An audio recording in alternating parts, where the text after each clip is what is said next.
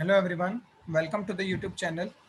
In our today's video, we will discuss the another term which is also used to express the movement of water between the cells, like DPD.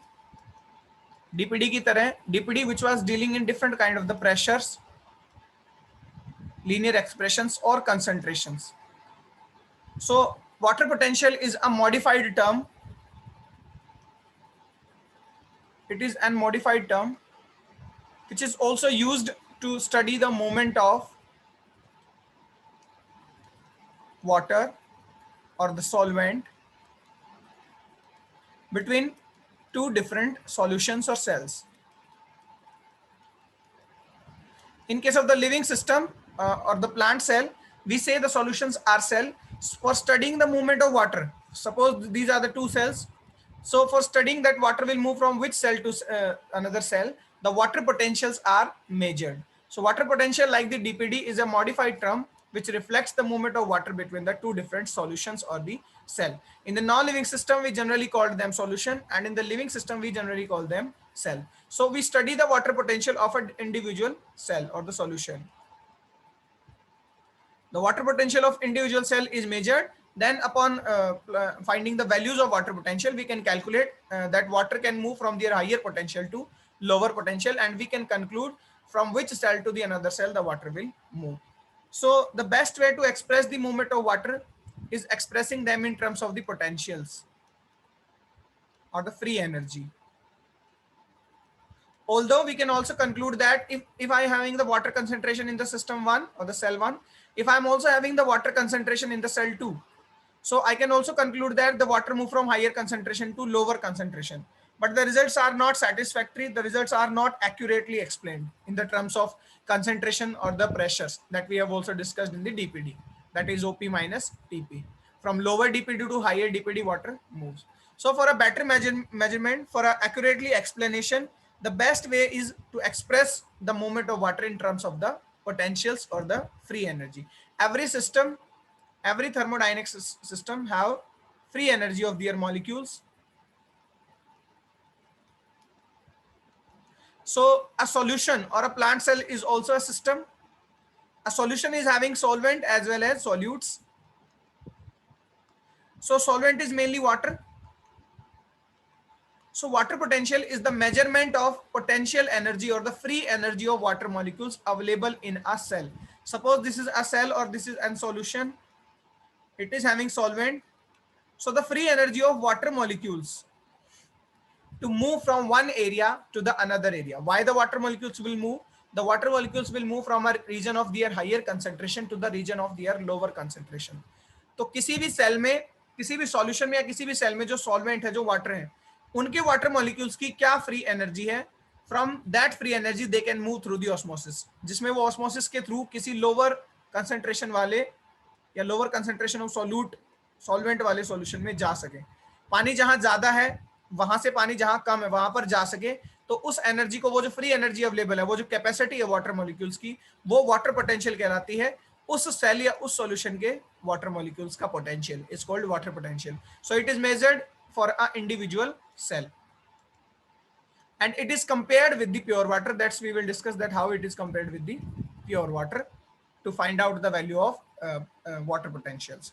So these water molecules which are available in any solution, they can move in a random manner and they are having a free energy. So that free energy change between the two solutions is measured as water potential, and that can be used to study the movement of water between the two different solutions of the cell. So the term water potential was coined by two scientists, Latier and Taylor.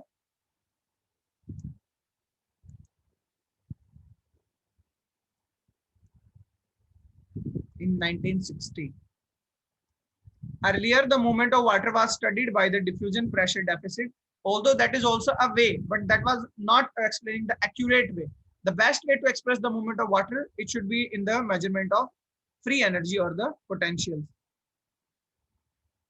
So it represents movement of water between two cells in terms of free energy or potential, which we can also call the potential of their solvent molecules. Because during the osmosis, the water or the solvent moves. That's why the tendency of solvent particles or the water molecules to move from the osmosis is the water potential. So it is actually a power of a pure solvent of a water molecules to move from the osmosis or move through the osmosis. So represent movement of the water between two cells in terms of the free energy, that is potential of their solvent or water molecules.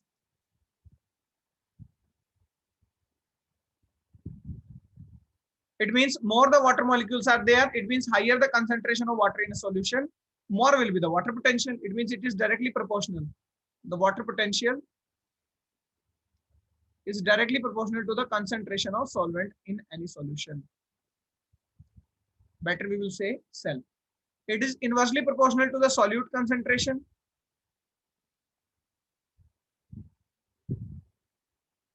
More the number of solutes will be there, less will be the water potential of that solution.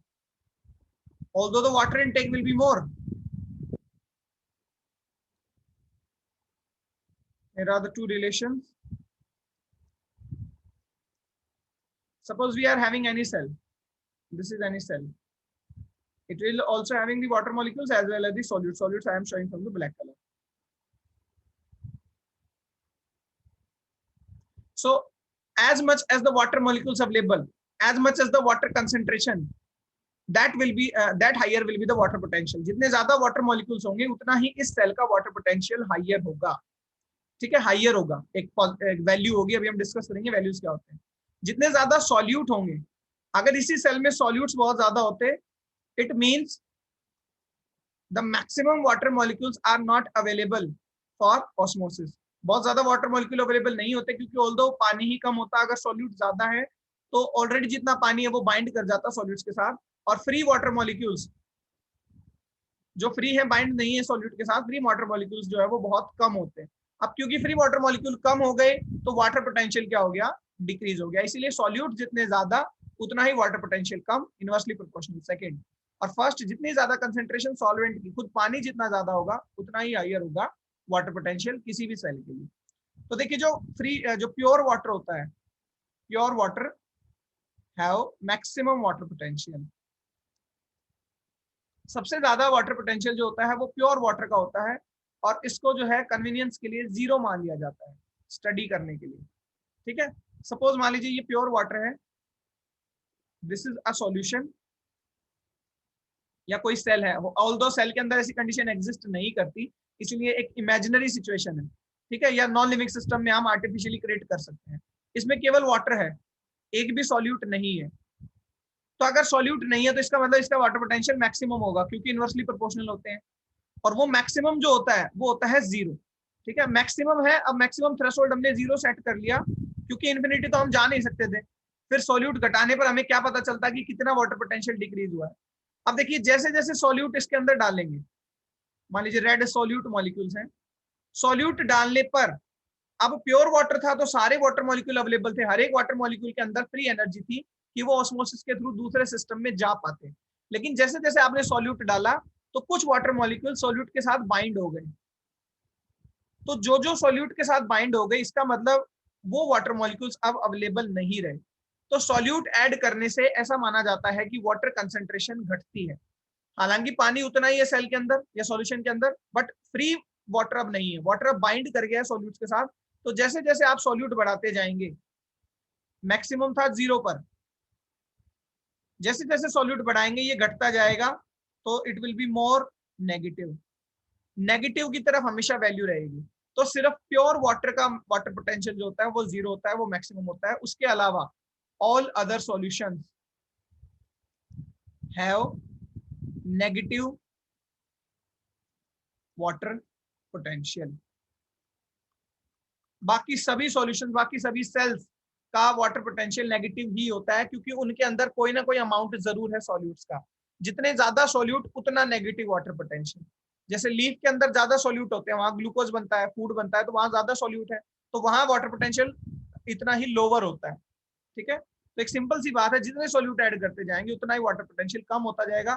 इसलिए always negative होता है, केवल pure solvent को छोड़कर. Always negative. Water potential हमेशा ही negative होता है। Maximum कब होता है? 0 पर, क्योंकि अगर हम इसको मान लीजिए मैक्सिमम लेते हैं 100, सॉल्यूट डालने पर हम करते रहते हैं 99, ठीक है 98, तो एक फाउंडेशन जो डाटा फाउंडेशन है वो नहीं हो पाता।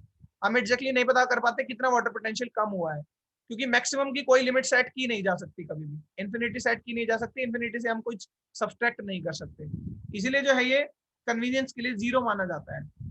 और जितना सॉल्यूट ऐड करते जाएंगे उतना ही कम होता जाएगा, क्योंकि वाटर मॉलिक्यूल जो मैक्सिमम अवेलेबल थे प्योर सॉल्वेंट में, अब सॉल्यूट डाल देने से उनकी जो फ्री एनर्जी है वो बाइंड कर गए सॉल्यूट के साथ, इसलिए उनकी फ्री एनर्जी कम होती जा रही है। वो मॉलिक्यूल जो बाइंड कर गए अब वो अवेलेबल नहीं है, यानी उनकी फ्री एनर्जी अब यूज नहीं कर पाएगा, इसलिए वाटर पोटेंशियल क्या होता है? डिक्रीज होता है। इसको रिप्रेजेंट किया जाता है एक सिंबल से, साई से। एक ग्रीक लेटर है साई, इस तरह से लिखा जाता है। साई के नीचे डब्ल्यू लिखा जाता है, ये होता है वाटर पोटेंशियल।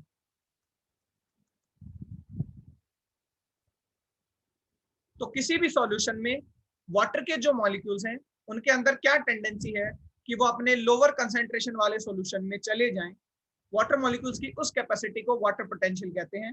इसके लिए कुछ बैरियर्स भी इस पर क्या करते हैं, मतलब इसको बैरी करते हैं कुछ फैक्टर्स, ठीक है, ऑब्स्ट्रक्ट करते हैं, इसके बीच में ऑब्स्टेकल्स क्रिएट करते हैं। उन फैक्टर्स को हम कंसीडर करेंगे, फिर हम फाइनल फॉर्मूला देखेंगे कि वाटर पोटेंशियल होता क्या है। उससे पहले कुछ और फैक्ट्स बता देता हूँ। बार्स में ये मेजर किया जाता है,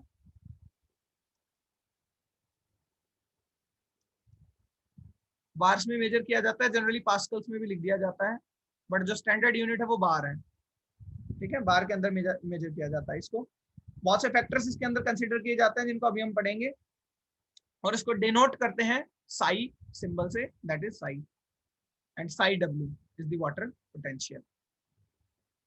And one thing to be remembered, water always move from their higher water potential to lower water potential. That I should write here. Water move from higher water potential to lower water potential. Same like concentration. If there are two cells, if we are comparing the two cells having different water potentials, so the water will move from higher water potential cell to the lower water potential cell. See there. Suppose this is one cell, this is another cell. It is having a higher value, this is having a lower value. Water potentials of any cell are always negative. That's why I have written. 0 से हमेशा कम होंगे क्योंकि cell के अंदर solute जरूर होते हैं। मान लीजिए इसका है -6 वाटर पोटेंशियल, ठीक है, और इसका वाटर पोटेंशियल है -12, तो हाइयर जो है ये ए सेल है, ये बी है। हाइयर वाटर पोटेंशियल ए का है क्योंकि 0 के ज्यादा नजदीक -6 होता है। इसका मतलब -12 वाले में सॉल्यूट्स बहुत ज्यादा है। अपने आप पता चल रहा है सॉल्यूट्स बहुत ज्यादा है, तो कंसेंट्रेशन की टर्म में भी ए से बी में ही आएगा, और वाटर पोटेंशियल की टर्म में भी हाइयर वाटर पोटेंशियल से लोअर वाटर पोटेंशियल की तरफ वाटर आएगा। इस तरह से जो है यूज किया जाता है इस कंसेप्ट को इन स्टडिंग द डायरेक्शन और the movement of water. And simply it is a power, it is a tendency, or it is the free energy that is available from the water molecules that are present inside a solution. From that water potential they can move from a region of their higher concentration to the region of their lower concentration. So if I talk about the exact definition of the water potential, it would be represented as the water potential of any cell, we can say solution also. The water potential of any cell is the difference between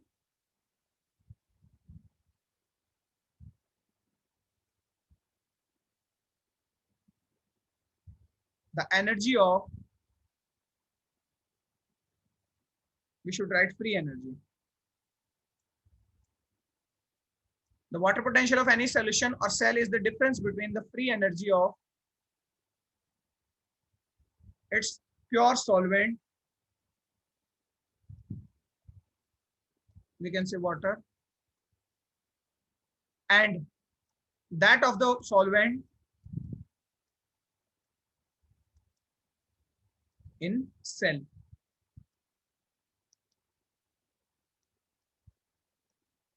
This is the exact definition, that water potential of any solution or the cell is the difference between the free energies of their pure solvent, okay, the free energy of those water molecules which are present in a pure solvent system, and that of the solvent present in a plant cell.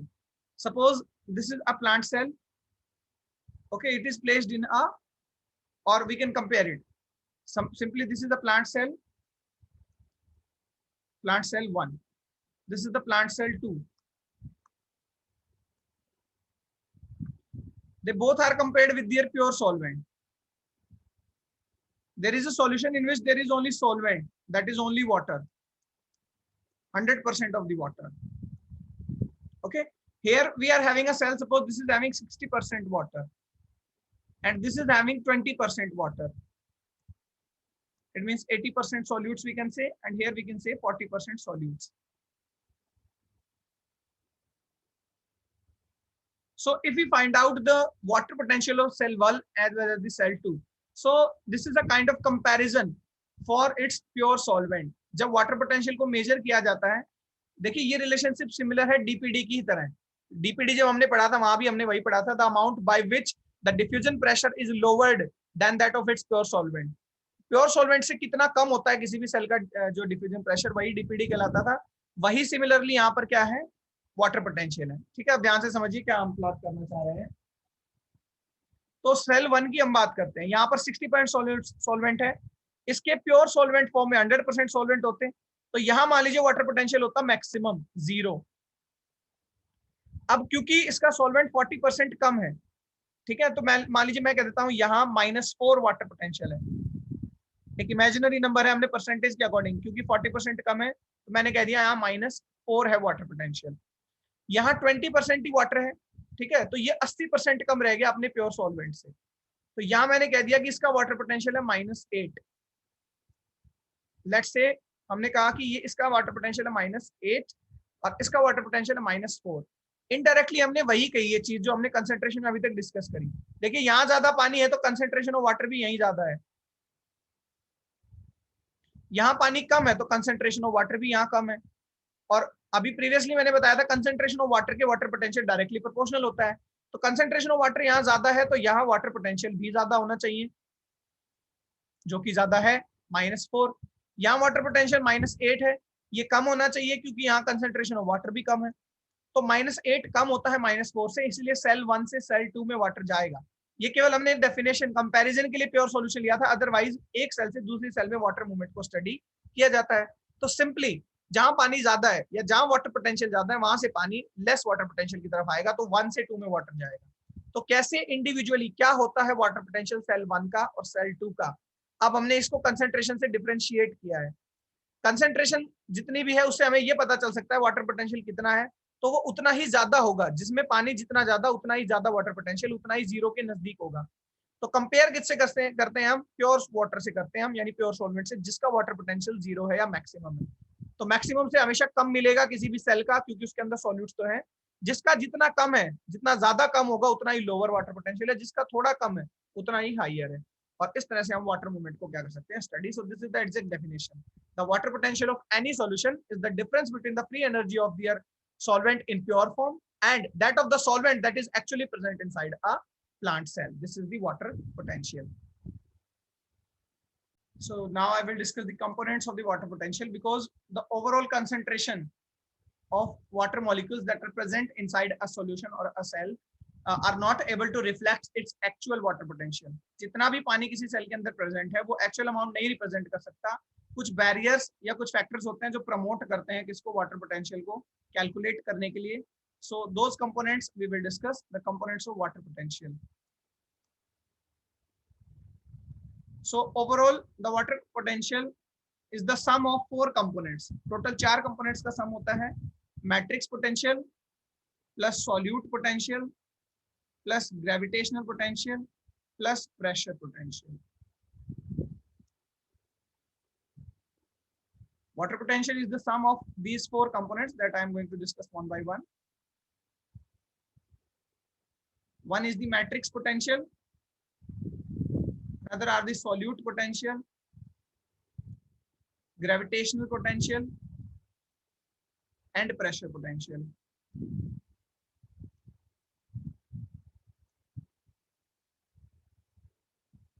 Let's take a cell directly. Suppose this is any solution or the plant cell. It will act like a solution because it is having solutes as well as the solvents. It will having the water molecules as a solution, It is also having solutes.